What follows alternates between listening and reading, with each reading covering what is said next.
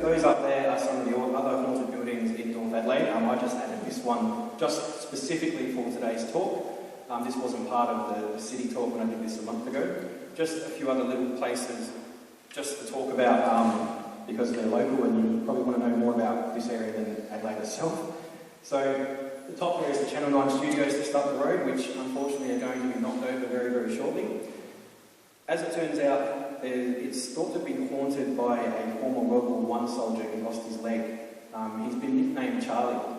Now, interestingly, yesterday I did a radio interview at Radio Adelaide about this particular presentation, and the lady that I was talking to actually used to work at Channel 9. And before she could actually get out what she was going to say, I said, "Oh, did you see the soldier named Charlie?" And she kind of looked at me in shock and said they actually did see Charlie, and she always thought it was just someone playing a prank on her.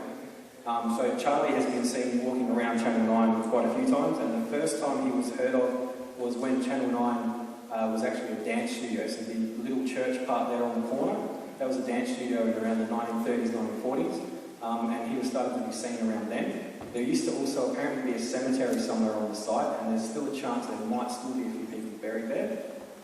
The Princess Lodge Hotel, the Prince's Lodge Hotel, sorry, actually has a poltergeist. That particular building was the former home of Arthur Waterhouse and family. If you're not sure who Mr. Waterhouse is, his father was the gentleman who built the Waterhouse Chambers on the end of Rundle Street and King William Street. Very, very wealthy, famous family who did a lot for the city. Arthur Waterhouse died in the building in 1935, and his wife Louisa died in 1944. Room 19 is considered the most haunted part of that particular building. I've had stories of people saying there's a shadow person in there who likes to open and close the door. He also likes to bang on the door. And people also report hearing people playing 8-ball or snooker from the pool room, which I'm not even 100% certain if there's even a pool table in the building anymore. The next one is Downer House at St Mark's College. Obviously the Downer family were very, very important political people in Adelaide.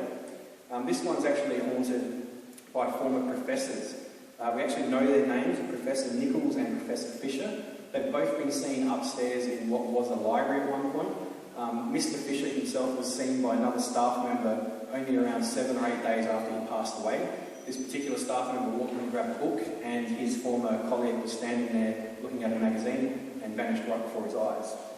The Women's and Children's Hospital is like pretty much every hospital in the world. There's a grey nurse who goes around and looks after people. That story is really, really common. The other really common ghost story right around the world is the White Lady with the Lantern in cemeteries. So you've probably heard those stories millions of times. No one knows who those particular people are. Many people believe they might be some form of angels. 140 Barton Terrace, which I think now is called Sky Trust, but used to be the Green Hill Galleries. That particular building, the spirit there only appears to men, which is unique. I've never heard another place like that. And she's described as a grey lady. She's a lady around her late 50s. She's often seen looking out of the back windows into what's now the courtyard there.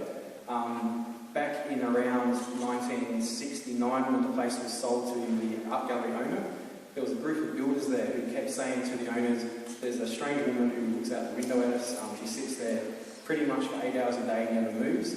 Can you go check on her and make sure she's all right?" They said, "No, there's no one in there." One gentleman actually went over and tapped on the window and she disappeared right in front of him.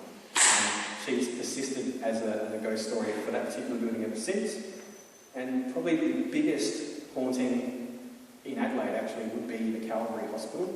I'm sure you all know about the Calvary Hospital, but you probably don't realise that the very first ghost sighting ever recorded in Adelaide, which is actually in the very first newspaper printing, was actually at the Calvary Hospital, back when it was the Younghusband Mansion. So before Mr. Younghusband bought the place and built his mansion, it was actually owned by the Googers, named obviously Googer Street, the city's named after them.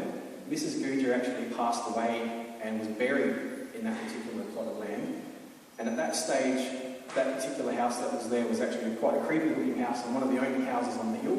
And a lot of people had heard that she was actually buried there, and of course, back in those days, people were a little bit more superstitious and ghost stories started to pop up about that particular place.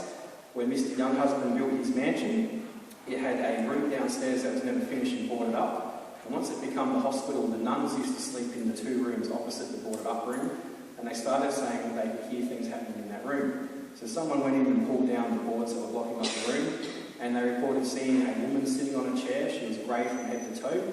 She seemed to be luminescent, like she was glowing on her own accord, and she just stared at them, and she was crying the whole time, and then she vanished. And of course, that ghost story just kept growing and growing and growing, and become probably the most famous ghost story other than Francis Twing in